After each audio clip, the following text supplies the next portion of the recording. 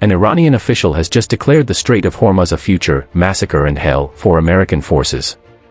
But this isn't a hypothetical threat from some fringe figure, it's a direct statement from a former regime minister, delivered the same day Iran's Revolutionary Guard executed a stunning demonstration of control over the world's most critical oil choke point. What happened 5 days ago proves they are not bluffing about their ability to blockade 20% of global oil supplies, and it exposes a terrifying economic vulnerability that is building right now, largely unnoticed by the mainstream discourse. Here is what you need to understand. On Thursday, February 6th, mere hours before crucial diplomatic talks were set to begin in Oman, Iran's Islamic Revolutionary Guard Corps Navy seized 2 oil tankers near Fars Island. According to reports, IRGC forces descended on the vessels, detaining 15 foreign crew members under the pretext of smuggling 1 million liters of fuel. But in geopolitics, timing is never an accident. This was a calculated move. Why flex naval muscle and risk escalation on the very eve of negotiations? The answer is simple: actions send a far more powerful message than words at a bargaining table ever could.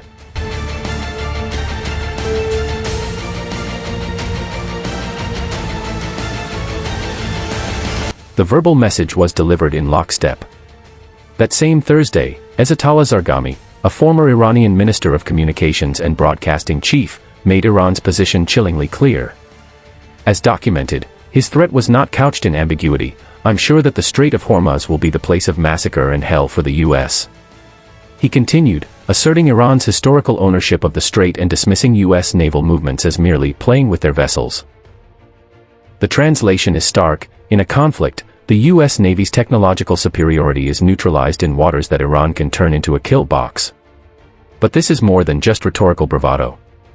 The seizure of those tankers reveals the mechanism that makes this threat militarily credible, rather than just empty posturing.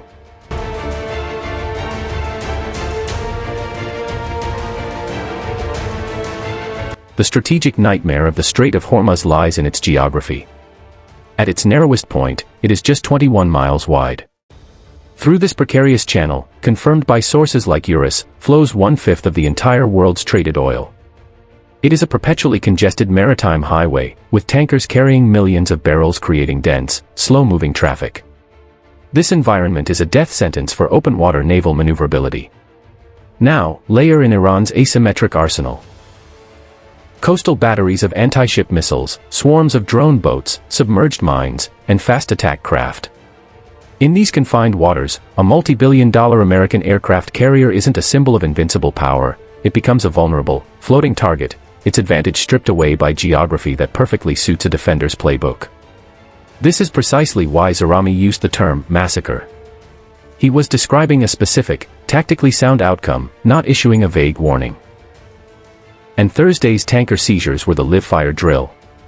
They were Iran demonstrating that the strategy Zarghami threatened is already operational. They are not waiting for an American strike to enact a blockade.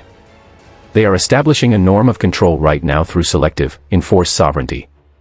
Whether the smuggling charge is legitimate or a pretext is almost irrelevant. The operational message is what matters. Iranian forces can and will interdict commercial shipping at a time and place of their choosing, and the nearby presence of the U.S. Navy could not, or would not, stop it.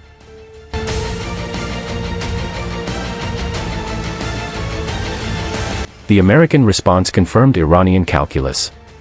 On Friday, talks in Oman proceeded. The White House reaffirmed that diplomacy is always the first option. But in this context, that phrase reveals profound vulnerability. Diplomacy isn't the first option by preference, it is increasingly the only viable option because the military alternative carries an unacceptable economic price tag. If the U.S. could easily neutralize Iran's hold on the strait, Thursday's provocation would have merited a swift response, not a diplomatic huddle. The sequence is telling: Iran acts, America talks. This exposes the paralyzing dilemma at the heart of U.S. strategy. A successful military strike on Iranian nuclear facilities might set their program back, but the almost guaranteed Iranian retaliation, a full or partial closure of the strait, would instantly send oil prices soaring past $200 a barrel, triggering a global economic catastrophe. So Washington faces an impossible choice: accept the risk of a nuclear advancing Iran, or trigger a certain worldwide recession. It is a checkmate scenario, and Iran knows it.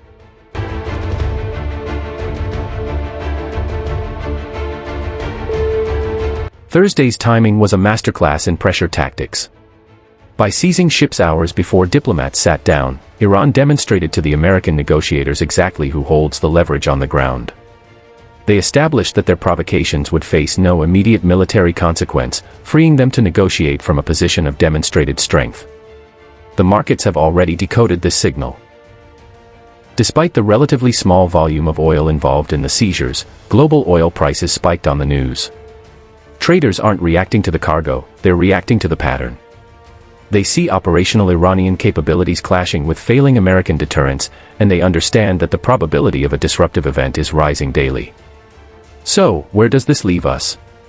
The coming days will be critical, and you should watch for 3 key indicators. 1. Further seizures. Was this a one-time pressure tactic, or the beginning of a campaign to normalize Iranian interdiction? 2. U.S. naval posture. Will the U.S. Navy adjust its deployments to more directly challenge Iranian actions, or will it continue to avoid direct confrontation, ceding operational control?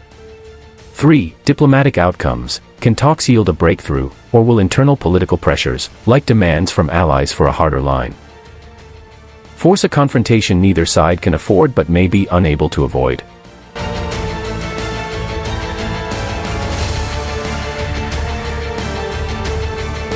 The script for the next major global crisis was written last Thursday in the waters near Fars Island.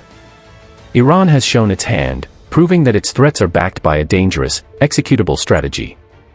The Strait of Hormuz is not just a geopolitical flashpoint, it is the fragile nerve center of the global economy. And right now, Iran is proving it has the capability, and the will, to apply the pressure. The world is negotiating not from strength, but from the acute fear of what happens if the thread of diplomacy snaps.